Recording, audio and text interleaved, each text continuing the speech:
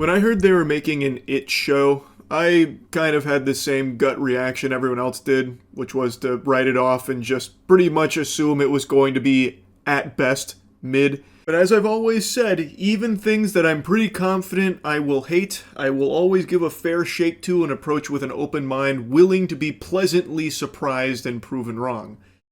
And in the case of It, Welcome to Derry, the TV show, I was pleasantly surprised. I was wrong, for the most part. I don't think it's like a perfect show or anything, but it is significantly better than I would have expected it to be.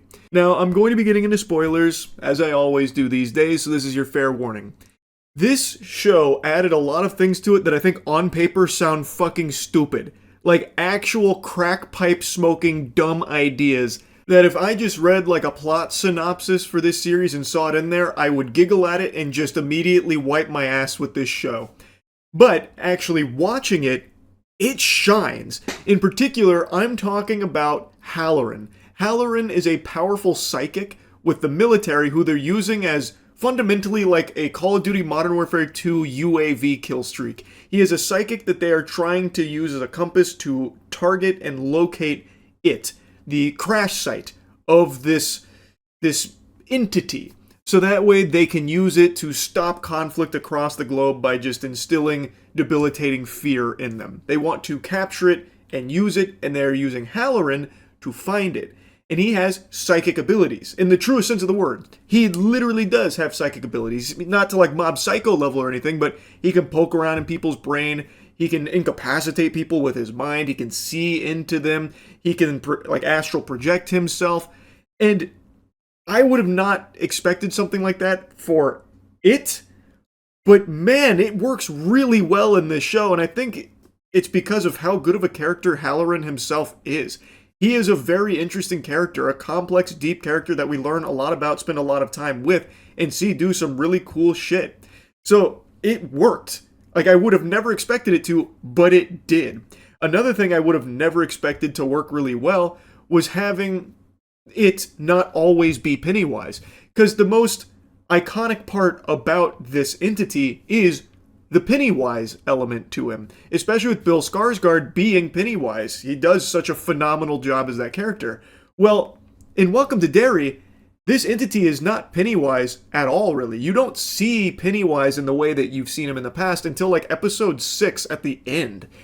For the most part, it is doing all kinds of other things to scare and kill its victims in Derry. And it works really well. It is brutal, especially the end of the first episode. That was probably one of the most shocking episode premieres I've ever seen, because it like lulls you into this false sense about where the show's going and how it's going to play out. Like, oh, we've been down this road before. It's going to basically be like the losers versus Pennywise again, but this time a little deeper in the past. Okay, snooze fest. And then the end of that episode hits, and it's just a fucking slaughter of everyone you thought was safe, that everyone you thought was going to be a main character just dead, brutalized, like annihilated. It was surprising, but it wasn't shock for the sake of shock, because that becomes an integral part of where the series goes from there. That is like its main motivator, because then you follow two characters that survived it and how, as a result of those deaths, Ronnie, one of the characters that survives it, her father's being framed for the kids dying there. And Lily, she's had her own traumatic experiences and people think she's crazy, so no one believes her and she can't tell people, and she has to find a way to try and prove she's not crazy, and so that way she doesn't get sent back to, Arkham Asylum. It's like a really interesting direction Welcome to Derry goes that I didn't expect it to at all. And it works really well. I think they are very creative with how it terrorizes and kills in this series. Now, with that being said, sometimes the way that it terrorizes and kills looks like absolute dog shit. There are moments in this series that the CGI is just embarrassing. In particular, episode 3. Holy shit, the entire cemetery section where they're trying to take a photo of the entity to prove that Ronnie's father wasn't the one responsible and that there is a monster that's killing kids. And they go to a cemetery to try and provoke it, and then they end up getting ganked by a bunch of ghosts and chased around by them. And my god, it looks terrible. It reminded me of like the early 2000s Haunted Mansion movie with Eddie Murphy. Like visuals to that level. It was really awful looking. The visuals completely ate shit throughout that entire sequence. And not just there are multiple other instances throughout the series where the CGI just looks super half-baked and unfinished, as if they like forgot to texture it but then ran out of time, so they just said fuck it, do it live, ship it. Like, there are moments where the CG is just very, very bad. I also think there are quite a few times where the writing is also atrocious. For the most part, I think the show has solid writing, especially when it comes to some of its main characters, but there are other times where it feels like what they ended up, just printing was placeholder. Like, it feels like there's no way this is how they actually wanted it to come across.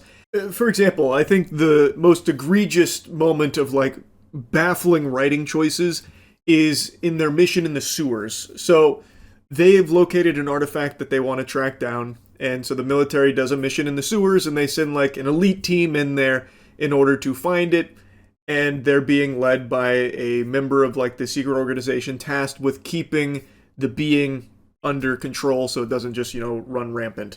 So they have this big team together, they're going through the sewers, and they are very familiar with the entity at this point. They know that it wants to separate, isolate, and kill. They know that anything they see in the sewers that they can't explain, they have to kill, they have to shoot, because it is most likely it about to attack and kill them. Like, they know everything about this. The only thing they don't know is the landscape of the sewers, but that doesn't matter, because what ends up happening is when they go in the sewers, pretty much instantly, they all just start splitting off. So, like, they're walking through the sewers and it's a single file line, and you would expect that they'd be in, like, constant contact with each other, like, talking, so that way they know everyone's still in line, or at least, like, turning around and checking every now and then. But that's not how it works at all in the sewer. What ends up happening is, the second that they have to, like, drop into some water, they, like, the first couple that do so, then, like, push a whole mile ahead before the rest do. So, like, they are now completely separated. So they're so far away from the group now that they can't even hear, like, screams from them or anything. So then, like, the next wave of the line goes through the water, and then Halloran gets to the water, and he gets pulled under, and the two guys behind him saw it happen, so they're like, oh, what the fuck just happened? We gotta find Halloran. He just got, like, yanked under. Where are you? Start saying words. Scream. Like that kind of thing. Scream if you love it. Ah, come on, just anything. And nobody ahead of them can hear any of this, like the splashing around, the screaming, the yelling, because they are now so far ahead, and they haven't checked at all if anyone's still with them. So these two guys are looking for Halloran. These two guys are now isolated, so they get ambushed by it. It is like the craziest shit, because they already know that it is there, and they know that it wants to separate and isolate them. Why wouldn't they at least be turning around to make sure everyone's still there? It's like the quickest and simplest action to take, but it doesn't happen. So then, Hanlon and Polly, who are characters that are very important, we've spent a decent chunk of time with them, they happen to notice that the others are missing, so they then go back to look for them without informing the two ahead of them. So there's just never any communication, so the two ahead of them continue pushing forward without knowing that Hanlon and Polly have left. Hanlon and Polly go look for them. Now they're isolated, and now they're getting ambushed by it. Like, it's just so fucking stupid, because all it would take is just like a simple, like, sound off, like, hey, you guys still there? Or even just like one of these, like looking over their shoulder. And then they'd be able to immediately recognize whether or not they're all still in a group or separated. And because of that lack of communication or lack of really doing anything sensible, the whole thing goes tits up, and everything is, out of control now. Like, that was just so fucking silly to me, because it just felt so unnatural. Up until this point, most of the characters, I would say, were making mostly smart decisions, at least on, like, how they handle certain things. But in the sewers, everyone got hit with, like, a stupid beam. Like, I don't understand what went so wrong there. Like, it feels like that would be, like, they knew what they wanted to do with have this mission going wrong in the sewers and all of that, but they didn't know a way of doing it other than just having every character just all of a sudden become like a fucking lobotomite. And in that same episode with the sewers, Paulie does a heroic sacrifice where Hanlon believes that he just saw his son in the sewers, but that doesn't make any sense, because why would his son be there? And we had just seen moments before he had saw like, something else that wasn't actually there. So the idea is Hanlon is now just going to shoot his son because he thinks it's it. But Paulie notices, no, that's actually his son in the sewers. So he like jumps in front of the bullet, sacrificing himself and saving Hanlon's son. That was really a fucking stupid way of killing off Paulie because he noticed immediately that his son was actually there. It's not it. And he was going to act immediately. You saw him look to Hanlon, and he still had quite a bit of time. I understand it's in slow motion, but he still had enough time to jump in front of the bullet. All he had to do was just hit his gun up. He was right next to him. All he had to do was just push his gun up. Like, it would have been actually significantly faster, and it would have been a lot safer for everyone, too, to just push his gun up or push his gun down instead of just like throw himself in front of the bullet. I thought that was just like a really lazy way of killing him off, and I do not think that sacrifice hit as hard as I think they wanted it to. And there's a few other notable examples I could pull from for writing that I really just don't think landed, but there's no point in just going through each one of them. I just think there were quite a few instances where the writing really floundered, but like I said, for the most part, I think they did a good job narratively, and especially with the characters. It's just there are moments that had me kind of roll my eyes a little bit. But I would like to mention one more thing that I didn't like too much, and it does still kind of tie into the writing. When they're going through the explanation for the genesis of it, I just thought that was a little silly. Like, not in the way that it was presented. So basically what happens when we're learning about the origins of it, it's Hanlon who has infiltrated the mind of one of the members of the secret organization that keeps it contained. Well, contained is real loosey-goosey. It runs wild. It still does kill a ton of people, but they write it off as like acceptable losses as part of the cycle. But anyway, he's inside of that individual's mind, and he is seeing the past where when he was a kid, his aunt had asked him to recite the story of the Galoo, which is something that was a children's tale that they were all told, but it is true. The Galoo is it. And it's basically the story of how an evil spirit crash landed on Earth in a falling star, and the impact was so great that the falling star split, and thus its cage was broken, and it could, go out and kill now because it was no longer contained. And I don't mind any of that. Like, that's all cool, actually. But what it boils down to at the end, though, is that pieces of that falling star they took and turned into, like, a dagger in order to fight it. And they turned it into these artifacts that are used to keep it afraid of going past the artifacts. So that way it stays in the Western wood. And I just didn't love that.